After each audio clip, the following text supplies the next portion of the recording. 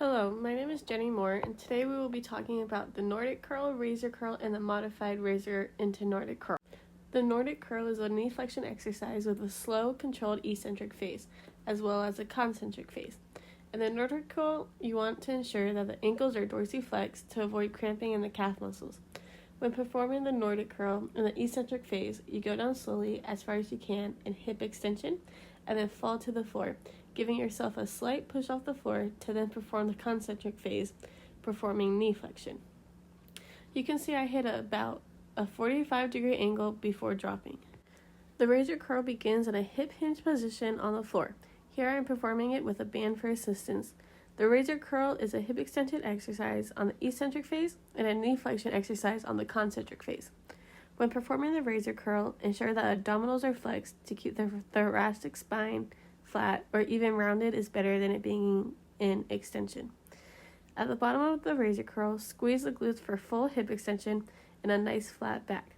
On the concentric of the razor curl, perform knee flexion to complete the exercise. In these freeze frames, you can see the angle of my hips showing that I am not extending my hips all the way. To do this, all I need to do is squeeze the glutes a little more for full hip extension. This can also signify tight hip flexors, as I am struggling every time to get full hip extension. In this rep, you can see at the bottom of the eccentric phase, my hips are not fully extended and I have an arch in my lower back.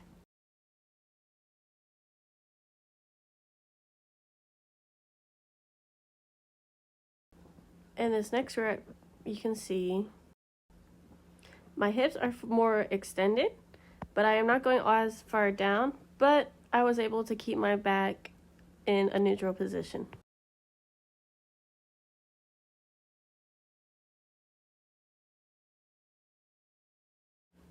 Lastly is the modified razor curl into Nordic curl. The eccentric phase is performed as a razor curl and the concentric phase is performed as a Nordic curl. This modified version is beneficial if one cannot perform the eccentric phase of the Nordic curl without assistance or a band.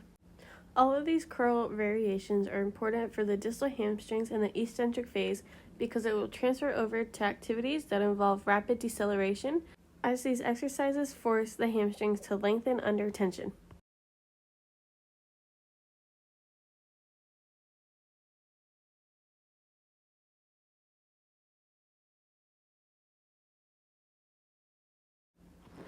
Here you can see I am being cued to keep my rib cage down by flexing my abdominals.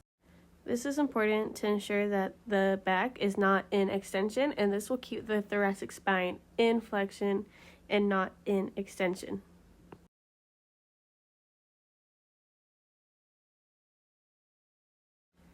As you can see, this allowed me to have a flatter back, and I was even able to get better hip extension at the bottom position.